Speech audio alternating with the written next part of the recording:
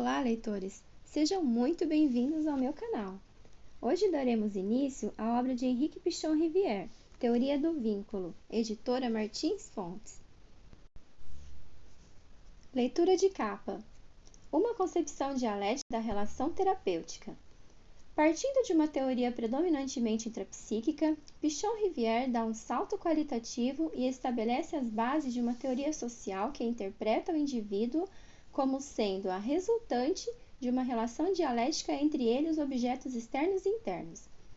A investigação psicanalítica se complementa com a investigação social orientada em uma tríplice direção, psicossocial, sociológica e institucional, e se aproxima da investigação experimental, tanto para o paciente como para o terapeuta, que formam uma unidade dialética na qual cada um interage com o outro. Teoria do Vínculo. Introdução por Fernando Taragano. A Henrique Pichon Rivière, mestre do pensamento científico e da arte de pensar, meu profundo afeto e reconhecimento. Fernando Taragano. O material científico contido neste livro provém de um curso sobre Metodologia da Entrevista, ministrado por Henrique Pichon Rivière na sede da Associação Psicanalítica Argentina, APA, do início de outubro de 1956 até fins de janeiro de 1957. De cada aula gravada e imediatamente transcrita foram tiradas 2 cópias. Uma delas entreguei a Pichon Rivière e a outra conservei comigo.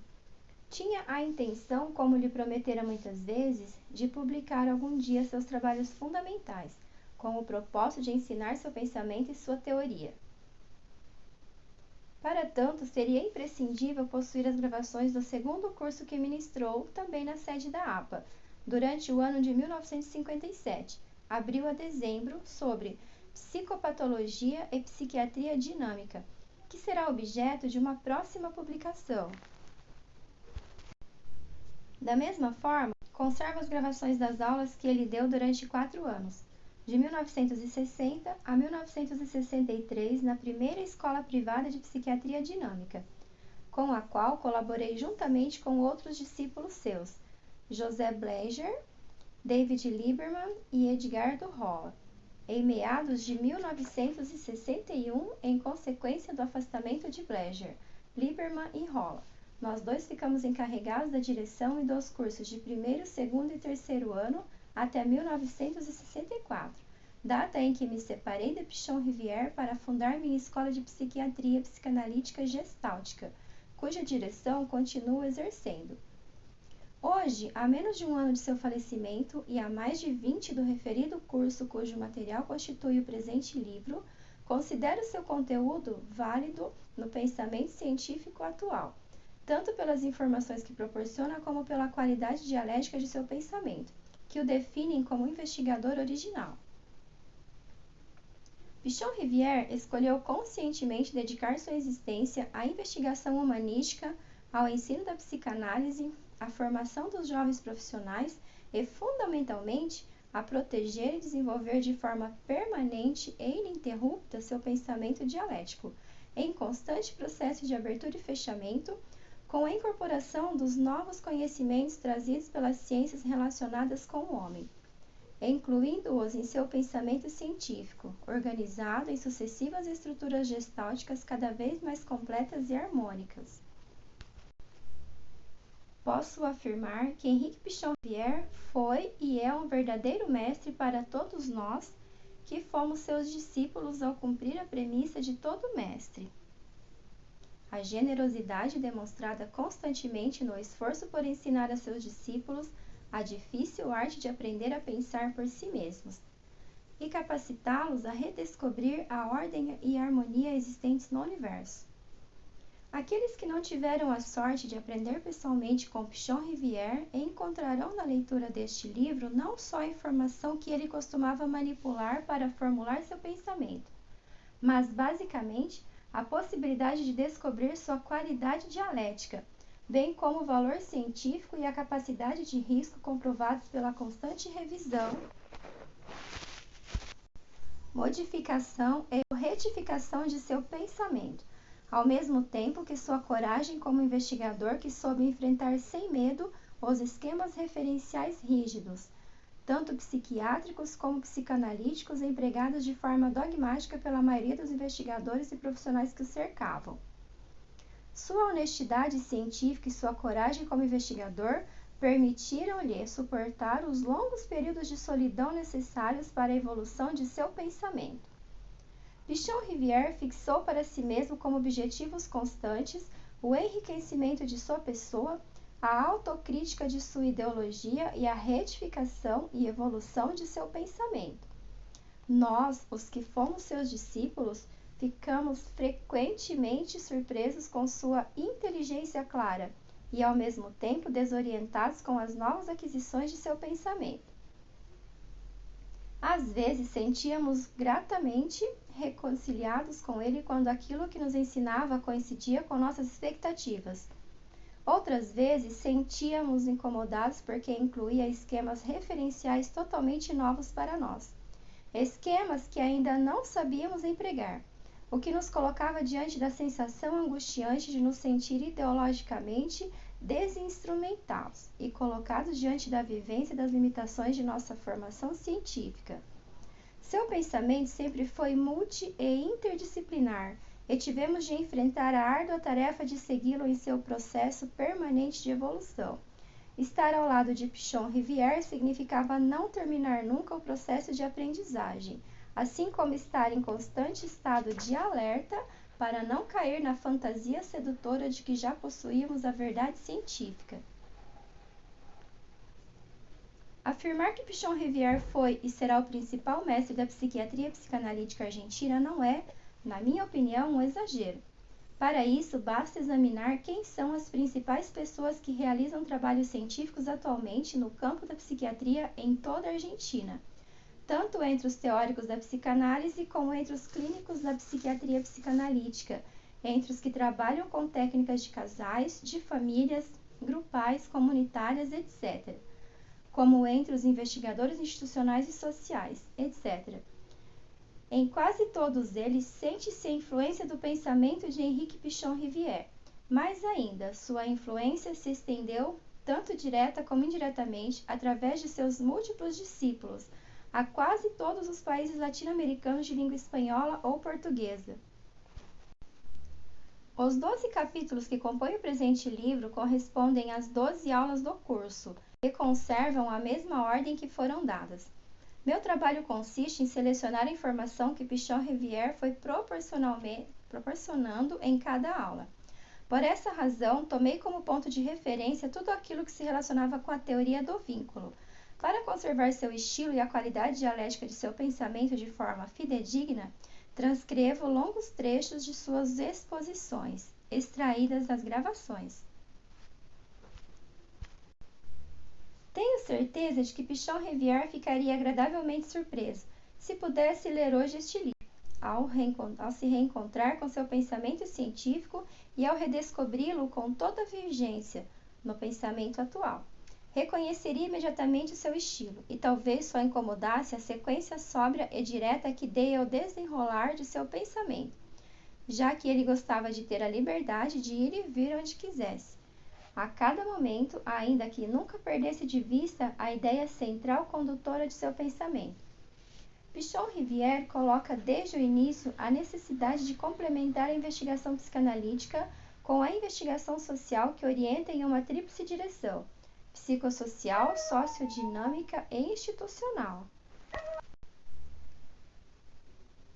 Aborda o homem conhecendo-o em uma só dimensão, a humana, mas ao mesmo tempo concebe a pessoa como uma totalidade integrada por 3 dimensões: a mente, o corpo e o mundo exterior, áreas 1, 2, 3, que integra dialeticamente. Com a teoria do vínculo, consegue dar o salto qualitativo de uma teoria psicanalítica predominantemente intrapsíquica para uma psiquiatria social, que considera o indivíduo como uma resultante dinâmico-mecanicista não da ação dos instintos e dos objetos interiorizados, mas sim do interjogo estabelecido entre o sujeito e os objetos internos e externos. em uma predominante relação de interação dialética, a qual se expressa através de certas condutas. Isso lhe permite desenvolver uma psiquiatria centrada no estudo das relações interpessoais, que denomina a psiquiatria do vínculo, psiquiatria dinâmica que ele constrói com os postulados da psicanálise. Concebe o vínculo como uma estrutura dinâmica em contínuo movimento, que engloba tanto o sujeito quanto o objeto, tendo essa estrutura características consideradas normais e alterações interpretadas como patológicas. A todo momento, o vínculo é estabelecido pela totalidade da pessoa, totalidade que Pichon-Rivière interpreta como uma gestalt, em constante processo de evolução.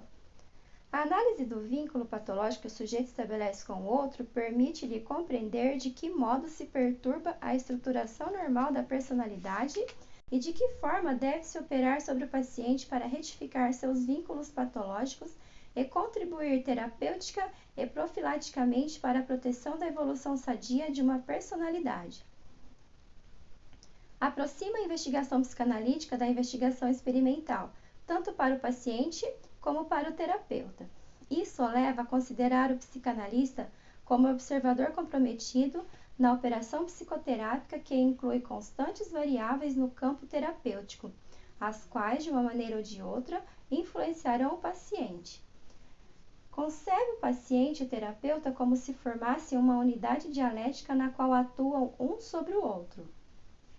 Esse tipo de pensamento dialético, que orienta constantemente o pensamento de Pichon-Rivière, permite-lhe eliminar uma multiplicidade de pares antinômicos.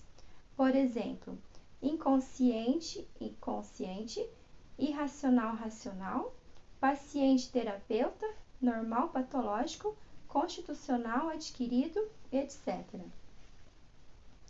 No primeiro capítulo, desenvolve algumas considerações gerais sobre os vínculos patológicos, destacando as diversas finalidades da conduta que o sujeito estabelece com os objetos, as quais configuram as diferentes qualidades que os vínculos adquirem, como o paranoico, o hipocondríaco, o melancólico, o histérico, o maníaco, o autista, o obsessivo, o perverso, etc.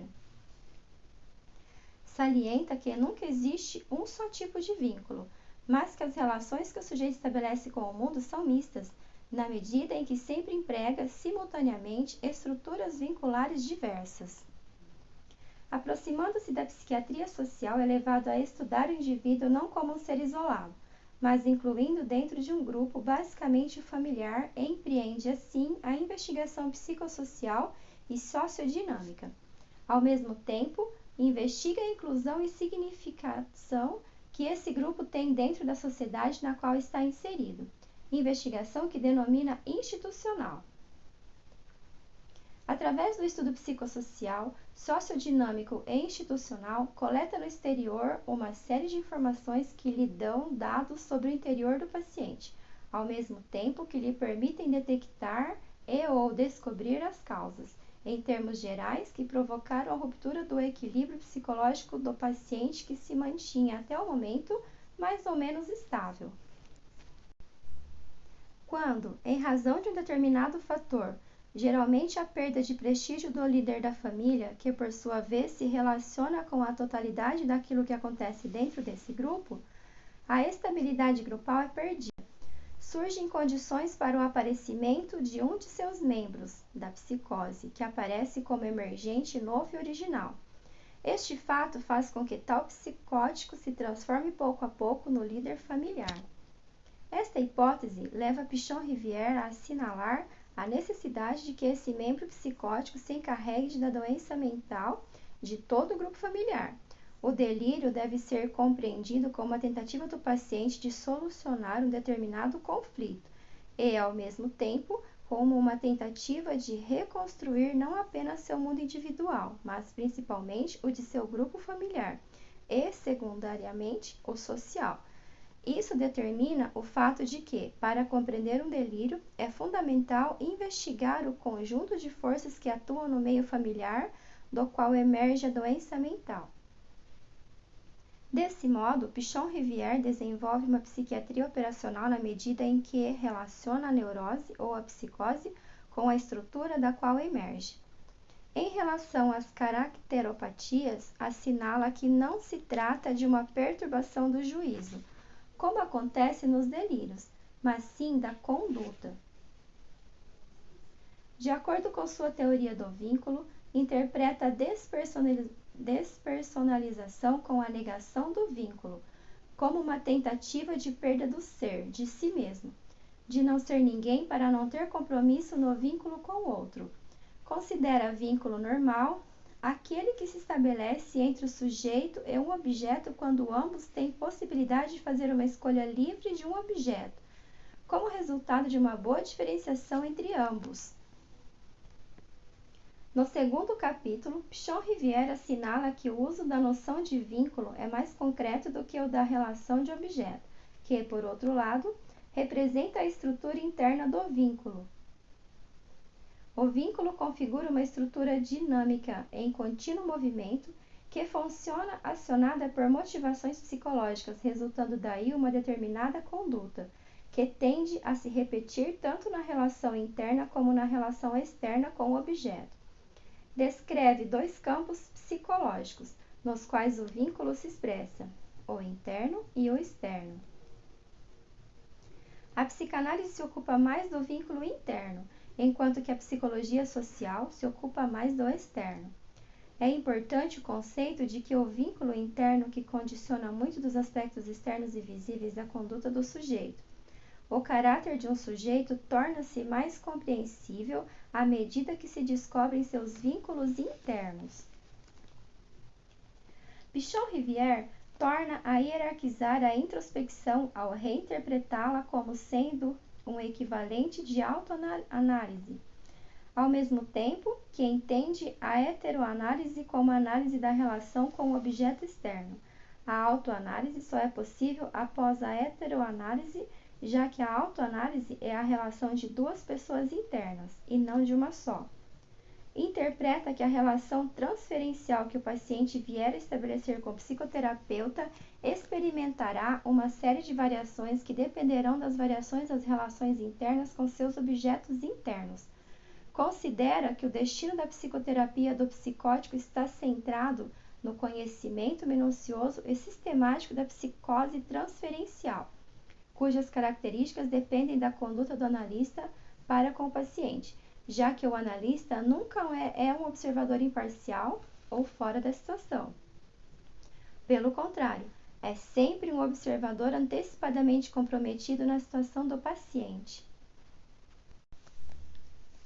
Salienta também que a eficácia e a operatividade de uma interpretação são dadas pela sua orientação de reunir os dois vínculos, o bom e o mal, hipótese que o leva a falar de bivalência em vez de ambivalência, uma vez que os dois vínculos, o estabelecido com o objeto bom e o estabelecido com o objeto mal, sempre coexistem. Por essa razão, enfatiza a necessidade de prestar atenção ao estudo da patologia do objeto bom, como contrapeso à importância exagerada de que sempre se deu à patologia do objeto mal. Aqui ele inclui o estudo do vínculo em situação triangular, que para ele é a relação universal básica. No terceiro capítulo, mostra que o vínculo é estabelecido pela totalidade da pessoa e não por uma parte dela. Por isso, não se pode dizer que quem estabelece o vínculo é o superego, o ego ou o id. O aparelho psíquico se comporta com uma totalidade, interpreta a loucura como resultante da colocação de um vínculo interno sobre outro externo, em relação ao qual tem prioridade.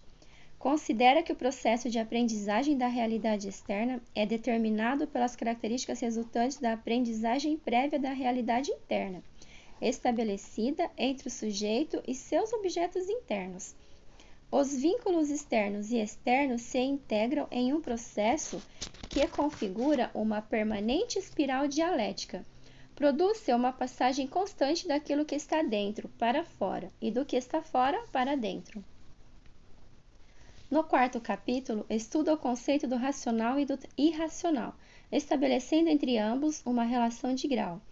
Diz que o irracional de uma conduta é o grau de inconsciência do vínculo interno, já que age sobre a conduta do indivíduo nesse momento. Um vínculo racional sempre inclui um vínculo irracional, que é aquele que vai se tornar racional durante o processo de análise. A transformação do irracional em racional realiza-se em termos de espiral, como transformação dialética. Do mesmo modo, assinala que não se pode estabelecer uma divisão formal entre inconsciente e consciente, já que são simples diferenças de graus, qualidades do psíquico. Considera a regressão transferencial como aquilo que permite ao paciente rever seu passado, ao repetir na transferência uma linha de conduta anterior, revivendo uma situação histórica que retifica no contexto atual da situação analítica ao levar a cabo um novo processo de aprendizagem da realidade. No 5º capítulo, destaca a importância do estudo do conceito de situação, porque conota as modificações nas quais o meio é o agente. O conceito de conduta inclui o da personalidade como agente modificador, enquanto que o conceito de campo psicológico inclui o das interações entre o indivíduo e o meio. Integra o behaviorismo com a psicologia fenomenológica existencial, na medida em que considera impossível separar o aspecto exterior da conduta do aspecto interior, da vivência, já que ambos formam um todo em situação em um dado momento, no aqui e agora de qualquer situação. Desenvolve aqui sua teoria das 3 áreas, a área 1, ou psique, a área 2, ou corpo, e a área 3, ou mundo exterior. Teoria essa que utiliza como uma sistemática de ver, sentir e explicar. Pichon-Rivière considera a interpretação como um dado operacional que age sobre o paciente, conseguindo por seu intermédio a síntese entre a teoria e a prática. Obtém a interpretação através da captação de indícios e do uso do ECRO, o esquema conceitual, referencial e operacional. Desse modo, resolve a antinomia entre teoria e prática. Também resolve a antinomia entre normal e patológico na medida em que considera as diferenças como sendo essencialmente quantitativas, transformando-se em qualitativas somente em certos momentos. Outra antinomia com que se defronta é a de conduta e consciência, recorrendo para tanto à psicologia da Gestalt, particularmente às contribuições de Kurt Lewin. Também a dicotomia entre psique e soma, inconsciente e consciente, indivíduo e sociedade, constitucional e adquirido, endógeno e exógeno, etc. Insiste na importância de trabalhar mais profundamente com uma teoria da conduta. Isso é o resultado da interação e é compreensível na medida em que incluímos o mundo interno e os vínculos com os objetos internos. No 6º capítulo, analisa o processo de identificação, seja a introjetiva, resultante do mecanismo de internalização de um determinado personagem com a assunção de seu papel, seja a projetiva, resultante da projeção sobre um personagem externo. Relaciona o mecanismo de identificação com a teoria dos papéis. Durante a sessão psicanalítica, o terapeuta deve estar sempre em condições de assumir o papel que o paciente lhe adjudica, já que, mediante o conhecimento científico da situação do vínculo, estará em condições de predizer aquilo que vai acontecer na sessão. No 7º capítulo, afirma que o campo operacional da análise deve ser tratado como o campo operacional de psicologia experimental. Todo observador é sempre participante e modificador do campo de observação, razão pela qual considera que o analista sempre participa e modifica o campo de observação da sessão analítica. Entre observador e observado, cria-se uma situação de interação, uma unidade de relação, uma unidade dialética na qual o terapeuta atua sobre o paciente e o paciente sobre o terapeuta. Outra consideração importante é a de que a própria interpretação tem um significado diferente para cada analista. Por essa razão, todo terapeuta deve conhecer sua própria fantasia do ato de interpretar, para não entorpecer ou distorcer sua tarefa específica em relação ao paciente. Na investigação dos diversos papéis que toda pessoa assume simultânea e sucessivamente durante sua existência, a análise do grau de coerência entre eles, assim como a sequência com que são assumidos, são fundamentais para que se possa determinar o grau de maturidade da personalidade do sujeito em questão. No 8º capítulo, relaciona a doença mental com um distúrbio da aprendizagem da realidade como consequência de uma alteração do processo dialético normal do aprendizado, na medida em que se altera a sequência operativa entre os momentos de fechamento e abertura no processo de incorporação e assimilação das informações recebidas do mundo exterior. As duas angústias básicas que descreve são a claustrofobia e a agorafobia, quer dizer, o medo de ficar fechado e o medo de ficar muito tempo exposto ao mundo exterior. Considera que aquilo que o homem tem de mais primitivo e imperioso é a sua necessidade de comunicação. Por essa razão, interpreta que tudo aquilo que ele faz tem esse significado profundo, expressado tanto no sentido da comunicação, como pode ser o sonho, como na dificuldade para alcançá-la, como pode ser o caso do autismo. O vínculo com o outro é seu objetivo central, tanto na aproximação quanto no isolamento.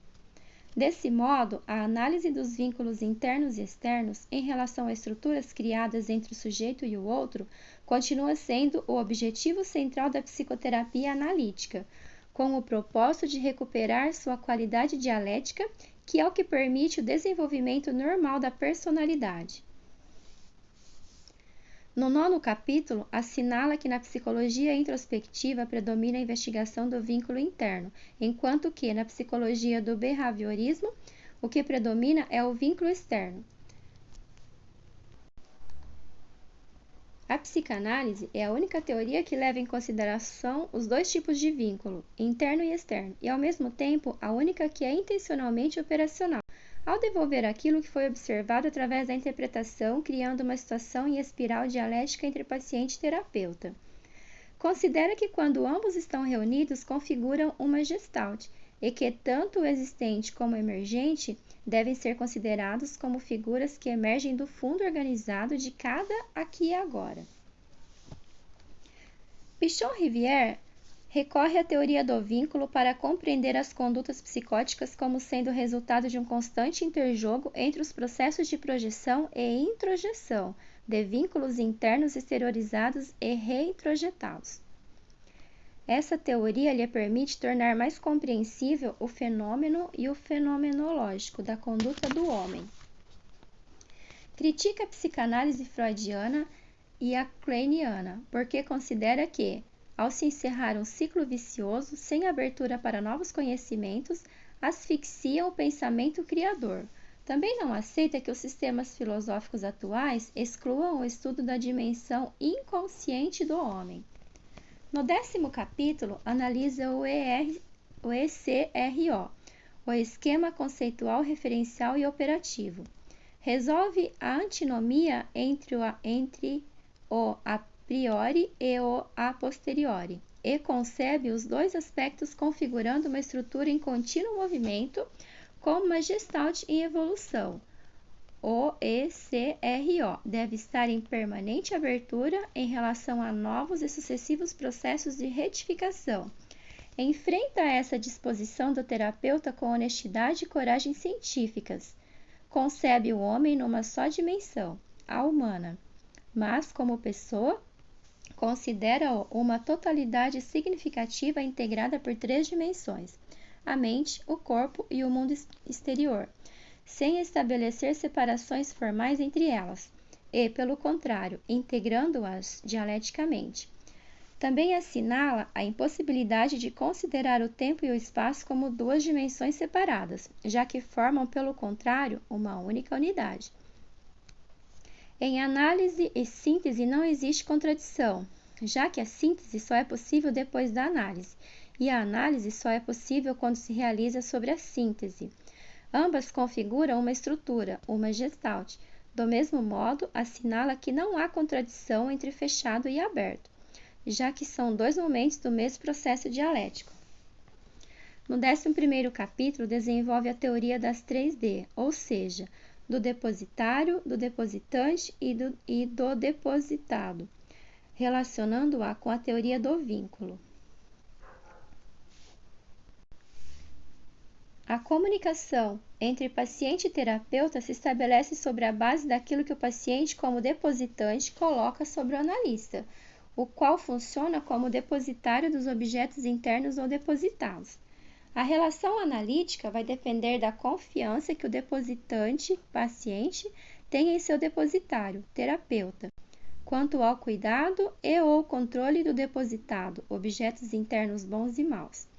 Estabelece uma relação íntima entre a teoria do depositado, o depositário e o depositante e a teoria dos papéis. O depositário assume um determinado papel, que está relacionado com as características daquilo que foi depositado e com a função que o depositante lhe adjudica em relação ao depositado. No 12º capítulo, insiste em considerar a doença mental como um distúrbio da aprendizagem da realidade. Por essa razão, a aprendizagem deve ser incluída no processo terapêutico. Considera que o aprendiz de psicanalista, na medida em que sua profissão de analista e o campo de aprendizado configurado por sua própria terapia analítica coincidem, experimentará maior dificuldade do que o aprendiz de qualquer outra profissão.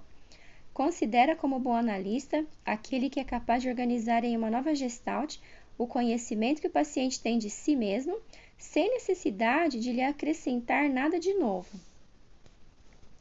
Finalmente, Pichon-Rivière assinala a importância de trabalhar com um esquema psicanalítico que seja coerente e funcione como um todo organizado, esquema que deve ter um denominador comum mínimo com todas as teorias psicanalíticas para que seja possível chegar ao entendimento entre as psicanálises e alcançar um alto nível científico válido para todos. Capítulo 1. Considerações gerais sobre o vínculo. Para poder atuar do ponto de vista da higiene mental, devemos conhecer com exatidão que tipo de ansiedade afeta o grupo social que estamos investigando em relação à loucura.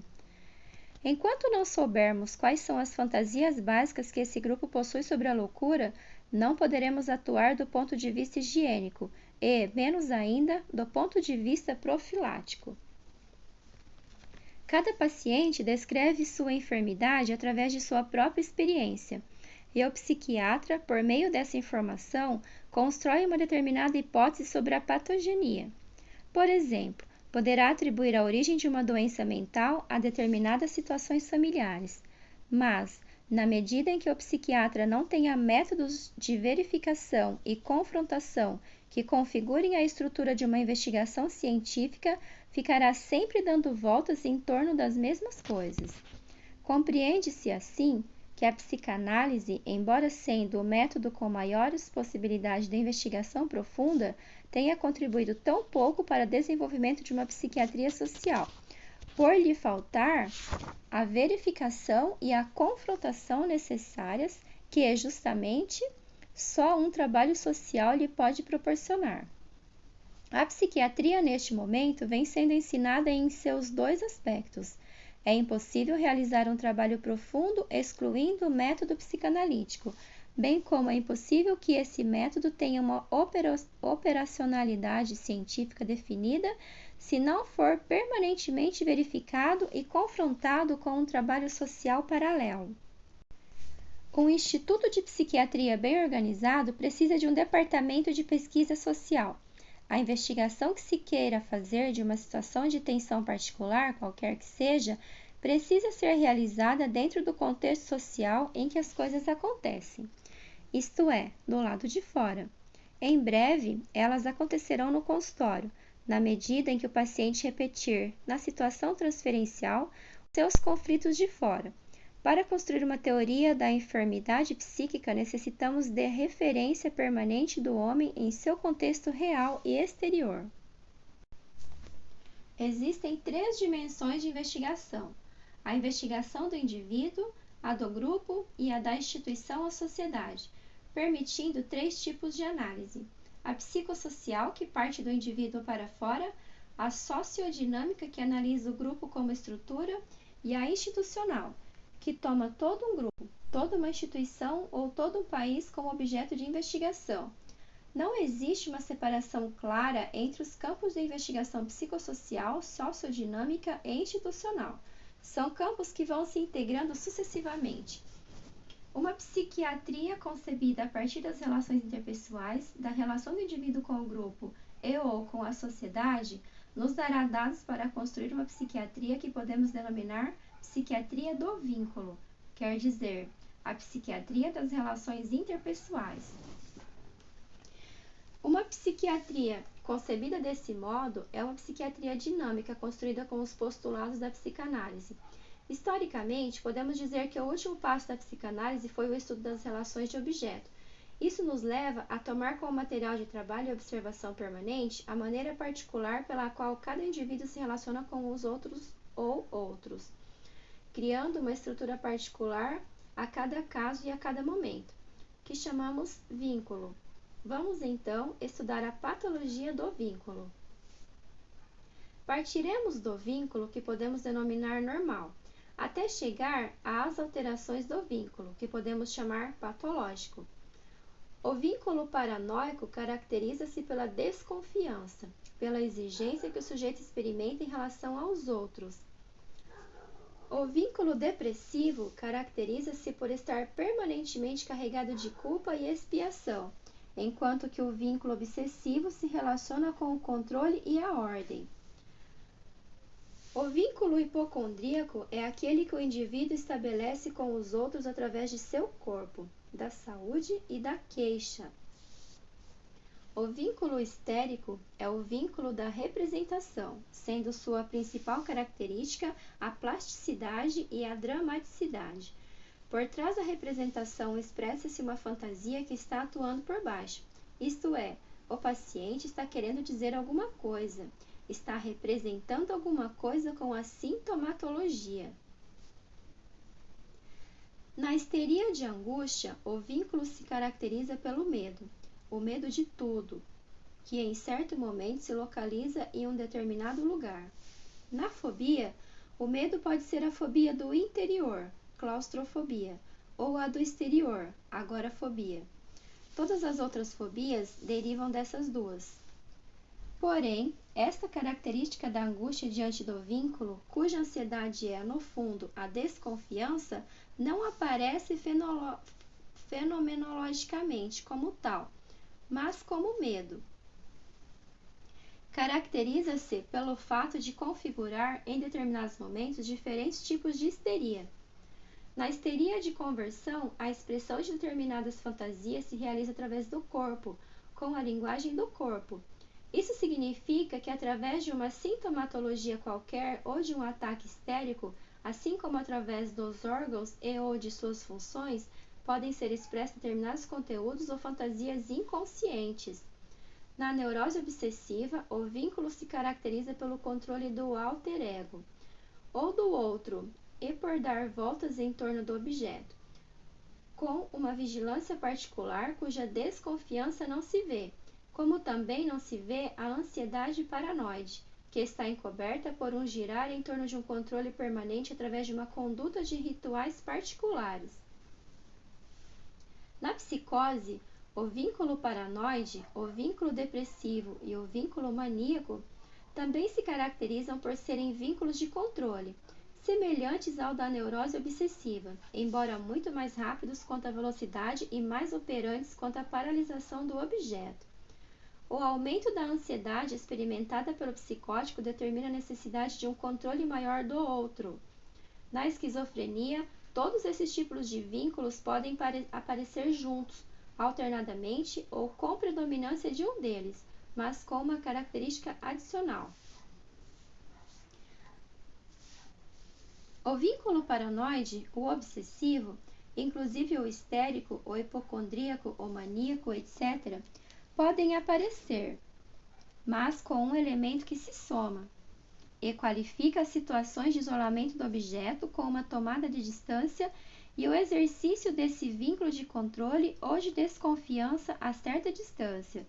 Quer dizer, o autismo está colocado no centro do vínculo esquizofrênico e do isolamento da realidade. Podemos dizer a mesma coisa de cada uma das personalidades psicopáticas que corresponde a cada psicose. Nos quadros confusionais, o vínculo é um vínculo noturno e, na realidade, confusional, porque se trata de um sujeito que tenta estabelecer um vínculo com o objeto. mas que tem dificuldade de chegar a ele, uma vez que está absorvido pela atividade da noite, pela atividade do sono. Quando consegue estabelecer um vínculo externo durante um quadro confusional, este adquire características de delírio, dando lugar aos quadros oníricos da confusão mental. Nas perversões, encontramos vários tipos de vínculos. Em termos muito gerais, podemos dizer que a perversão, seja qual for sua natureza, é uma tentativa de resolução de determinadas ansiedades através de mecanismos perversos. Tomemos, por exemplo, a homossexualidade. Uma das suas principais funções é estabelecer um vínculo particular com o objeto que, primitivamente, foi persecutor. A finalidade do vínculo homossexual é a conquista desse perseguidor mediante uma técnica de apaziguamento e controle. Em nenhum paciente se apresenta um tipo único de vínculo. Todas as relações de objeto e todas as relações estabelecidas com o mundo são mistas. Existe uma divisão que é mais ou menos universal, no sentido de que, por um lado, se estabelecem relações de um tipo e, por outro, de um tipo diverso. O grupo social em que esse sujeito está atuando adquire uma dupla significação. Pode estabelecer, por um lado, um vínculo paranoico e, por outro, um vínculo normal, ou ainda um vínculo tendente à depressão, à hipocondria, etc. Quer dizer que, se juntarmos os diferentes tipos de relações que esse paciente estabelece com seu grupo familiar e levarmos em conta os diversos tipos de conduta que ele manifesta em relação a cada membro do grupo, obteremos a descrição de um quadro clínico visto do seu lado de dentro. Podemos referir o que recolhemos de fora ao do lado de dentro, que já conhecíamos de antemão, sobre as estruturas neuróticas e psicóticas individuais. Através de um estudo psicossocial, sociodinâmico e institucional da família de um determinado paciente, podemos obter um quadro completo da estrutura mental e dos motivos ou causas, em termos gerais, que exerceram pressão sobre ele e provocaram a ruptura de um equilíbrio que se mantinha até então mais ou menos estável. A investigação psicossocial analisa a parte do sujeito que se expressa para fora, que se dirige aos diferentes membros que o rodeiam, enquanto que o estudo sociodinâmico analisa as diversas tensões existentes entre todos os membros que configuram a estrutura do grupo familiar dentro do qual o paciente está incluído. A análise institucional consiste na investigação dos grandes grupos, sua estrutura, origem, composição, história, economia, política, ideologia, etc. O estudo da sociologia pode dividir-se em macrosociologia, que estuda as grandes instituições e os grandes grupos, e microsociologia, que estuda os grupos mais restritos ou pequenos, inclusive os grupos familiares. Esta tríplice investigação nos permite obter uma análise completa do grupo que estamos investigando. Analisamos as tensões do paciente com os vários membros do grupo, analisamos o grupo como uma totalidade em si e investigamos as funções do intragrupo, como, por exemplo, as lideranças. Estudamos a influência do pai ou a falta dele, a liderança da mãe, de um tio, de um irmão, de um amigo, etc.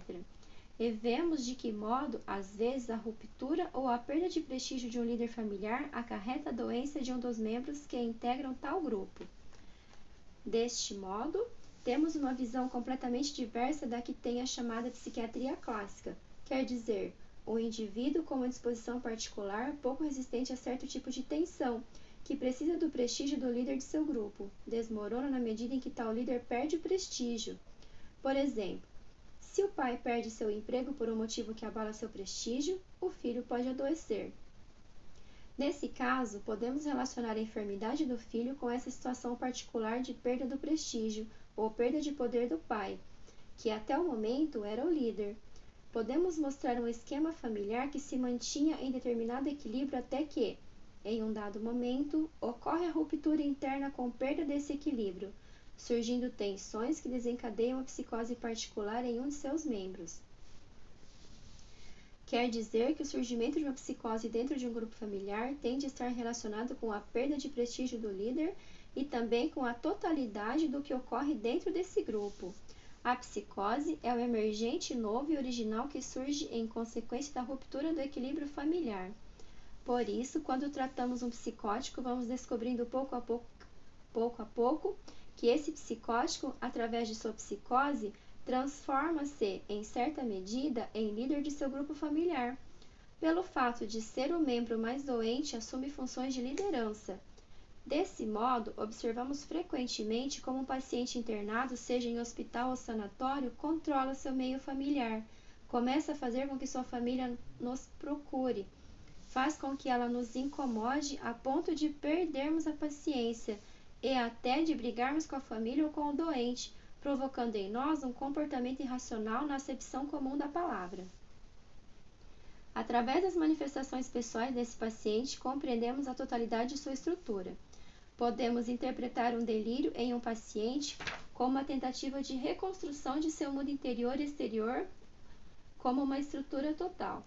As tensões que provocaram sua doença surgem novamente no contexto do delírio, transformadas e distorcidas, mas expressando-se novamente numa tentativa de solucionar um determinado conflito. Através do delírio, não é apenas seu mundo individual que o paciente procura reconstruir, mas também toda a estrutura, a familiar, em primeiro lugar, e depois a social. O delírio só pode ser compreendido desse modo, quando se estendem as tensões anteriores à eclosão da psicose. Podemos considerar o paciente que adoece como um representante de uma estrutura tanto individual como familiar. Na medida em que se conheça essa estrutura, os dois aspectos poderão ser manejados como partes dela. Descobrimos que o paciente, através de seus familiares, manda uma parte de si mesmo colocada nos outros, para indagar sobre seu estado psíquico. É possível, com os mesmos termos, interpretar essa situação à família. É surpreendente ver a que ponto isso é compreensível para os membros do grupo familiar, e como se unifica a compreensão total do grupo quando é interpretado como duas partes. Uma, aquela que está internada, e a outra, a que está fora. Tudo se organiza em uma estrutura, em uma gestalt, na qual uma parte é o paciente e o resto a família. Forma-se assim uma totalidade, e trabalhar o grupo como totalidade, a doença como um emergente dessa totalidade, torna possível o manejo dinâmico em espiral dialética da situação médico-paciente. É necessário estudar as tensões internas do grupo familiar e analisar em que momento ocorreu a ruptura do equilíbrio do grupo e os motivos dessa ruptura. Em última instância, o que provoca o aparecimento do emergente mental do paciente está em relação direta com o surgimento de determinadas tensões no grupo familiar. O emergente mental aparecerá numa relação significativa com o aparecimento de tais tensões no grupo. Um esquema etiológico da doença mental deve considerar: primeiro, os fatores relacionados com a baixa do limiar, fatores estes que estão relacionados ao meio ou à estrutura corporal. Segundo, os fatores relacionados com o aumento de tensão, perda de equilíbrio do grupo e aparecimento do emergente mental. O emergente mental, que é o quadro psiquiátrico que estamos observando no consultório, não terá apenas uma relação causal, mas também uma relação significativa com a estrutura que o determinou. Quer dizer que, para compreender um delírio, é importante realizar a investigação do conjunto de forças que atuam no meio grupal do qual emerge a doença mental. A psiquiatria enfocada desse modo torna-se muito mais operacional do que se fosse pensada somente nos termos abstratos, de uma nosografia não referencial em relação aos aspectos sociais. O significado de uma atitude delirante pode e deve ser compreendido e referido à estrutura da qual emergiu esse delírio. Sem um conhecimento de tal estrutura, nosso conhecimento do delírio será parcial.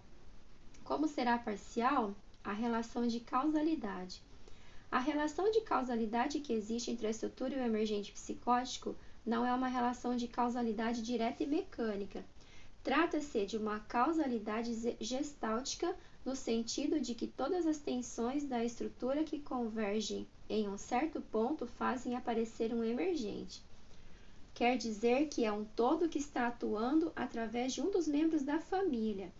É a totalidade das tensões criadas pelo desajuste de uma estrutura familiar, como, por exemplo, a perda de liderança do pai, que produz uma mobilização de tensões em tal grupo. A modificação provocada pela perda de liderança do pai dentro da estrutura total faz com que o emergente psicótico se manifeste nesse momento. Quer dizer que determinado setor converge em um determinado ponto onde essa pessoa está situada, e então ela se transforma na porta-voz das tensões do grupo, através do grupo. A epilepsia pode ser definida como a doença universal, no sentido de que dispõe de todos os mecanismos de defesa e de todos os tipos de vínculos. Por exemplo, um epilético fora do ataque pode estabelecer um vínculo de tipo obsessivo. O epilético é descrito como sendo de caráter anal, sendo sua característica o controle. Mas também, em determinados momentos, imediatamente após um ataque, se o ataque foi uma descarga eficiente, poderá estabelecer um contato histérico que será obsessivo em determinado momento, enquanto em outro poderá ser paranoico. No momento anterior ao ataque, ocorre uma internalização da situação persecutória e o ataque surge como uma tentativa de controle através do corpo da situação persecutória externa. Queremos dizer, então, que toda essa passagem é a passagem de determinados vínculos com determinados objetos através do corpo e do mundo. O que caracteriza o vínculo epilético, que tem todos os tipos de vínculos parciais, é uma determinada viscosidade, uma determinada tenacidade e uma determinada destrutividade. Quer dizer que o vínculo pode se tornar cada vez mais lento e viscoso, até que o controle do objeto adquira a característica da imobilidade. Leva seu controle ao máximo através da imobilização do objeto, partindo de um controle obsessivo. Se não consegue imobilizá-lo, surge a desconfiança. Quando o controle fracassa, surge a agressão, porque a partir desse instante o outro é considerado um inimigo. Nesse momento, o epilético pode ter um ataque convulsivo, ao colocar dentro de si a situação persecutória, e tenta destruir o objeto por meio da crise convulsiva, ao não poder controlá-lo de fora. A situação é móvel, mas o conjunto do vínculo e de suas características quanto à intensidade e às diferentes estruturas que se apresentam na epilepsia, como enfermidade dinâmica, chega a características extremas. Na epilepsia, tanto podemos observar a maior imobilidade como a maior mobilidade, as pressões mais brutais tanto no corpo quanto no mundo exterior, sempre em busca da destruição do objeto.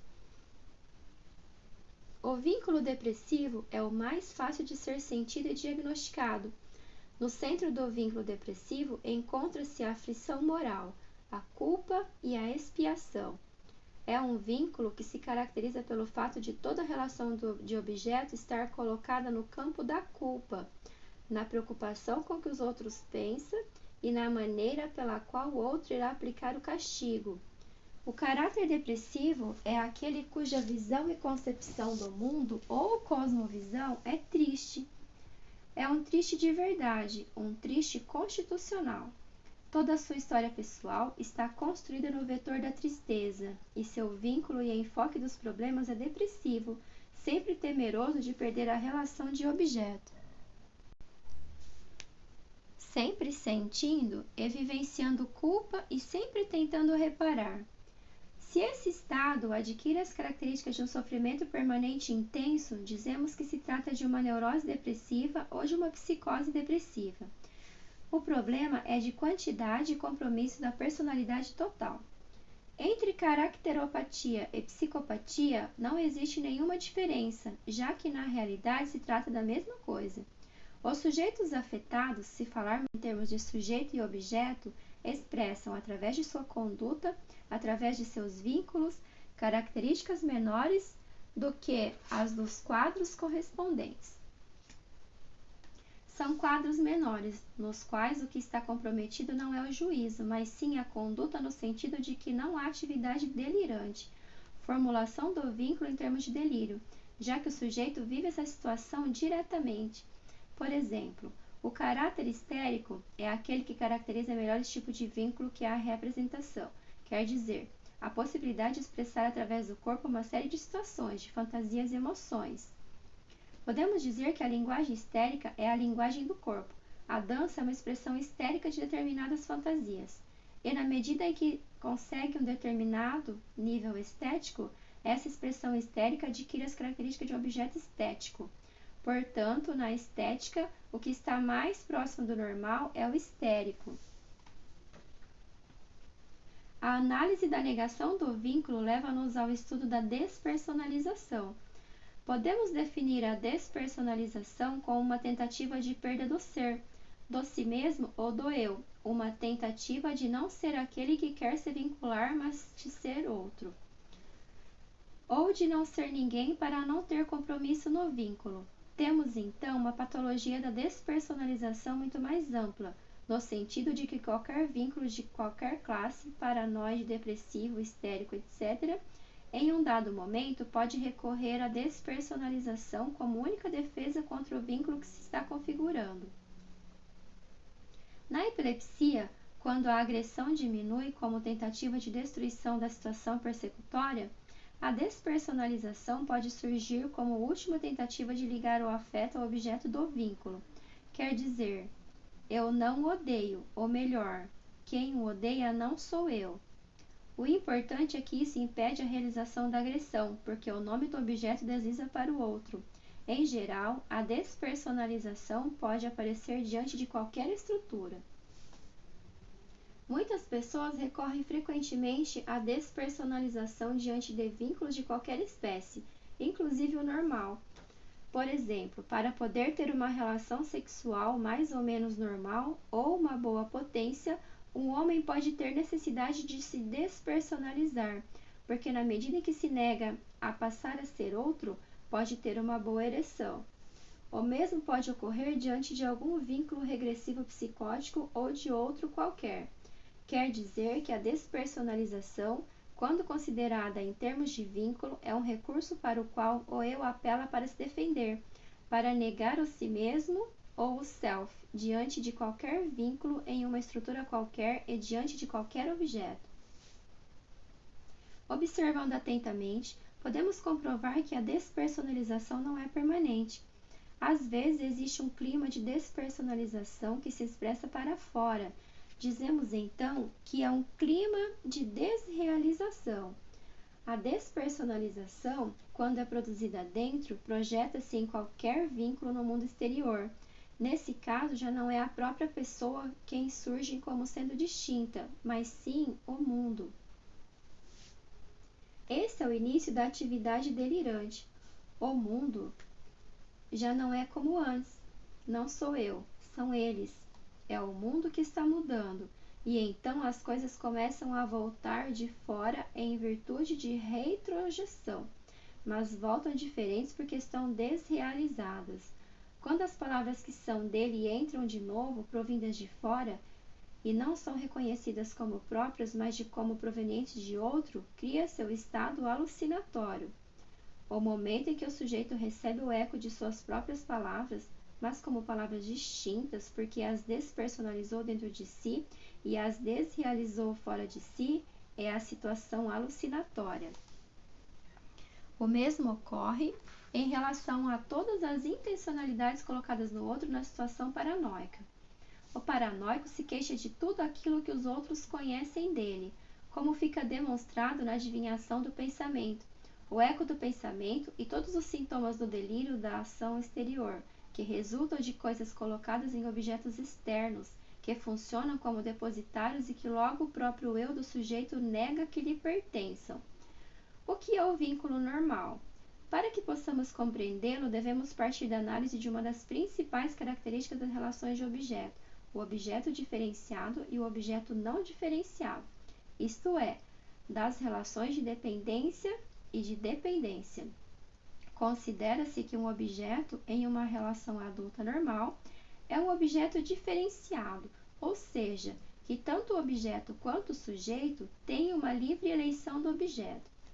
Para compreender esse ponto, é preciso partir da outra situação extrema, a da máxima não diferenciação, situação que chamamos parasitária e que logo se transformará em simbiótica. Quando a criança depende totalmente de seu objeto mãe, deposita partes internas nela. E quando a mãe faz o mesmo, ou seja, deposita na criança partes internas dela, ocorre entre ambas um entrecruzamento de depósitos, criando para cada uma delas dificuldades para reconhecer o que é propriamente seu. A situação extrema seria a da primeira relação da criança com o peito da mãe, estabelecendo-se inicialmente uma situação parasitária, que em seguida se torna simbiótica, no sentido de que há intercâmbio de situações emocionais e de afeto. Se essa situação de simbiose vai diminuindo, há um determinado momento em que o objeto e o sujeito têm um limite preciso, já não estão mutuamente confundidos, mas sim diferenciados. De que modo se estabelecem vínculos entre objetos totalmente diferenciados? É provável que não nos seja possível defini-lo porque tais vínculos não existem, e isso nos leva ao paradoxo de que o sujeito mais maduro alcançaria uma diferenciação total em relação aos outros objetos, por conseguinte, criar-se-ia para ele uma situação de distanciamento que nós, do ponto de vista de nossa posição não madura, poderíamos qualificar de indiferença. Um casal de objetos totalmente diferenciados entre si teria uma independência afetiva, social e econômica. A existência de um filho criaria então, nessa estrutura de dois diferenciados, a união simbiótica através do filho. O vínculo da confusão é, na realidade, o vínculo com o sono. Em um estado crepuscular ou intermediário em que o sujeito está vinculado com os objetos internos e ao mesmo tempo se esforça para contatar com os objetos externos da vigília. Quando fracassa nessa passagem do sono para a vigília e fica no estado intermediário, surge o estado crepuscular, no qual se misturam relações objetais do tipo normal da vigília com as do tipo do sono. Por isso, o delírio onírico surge como uma mistura de experiências internas com experiências reais.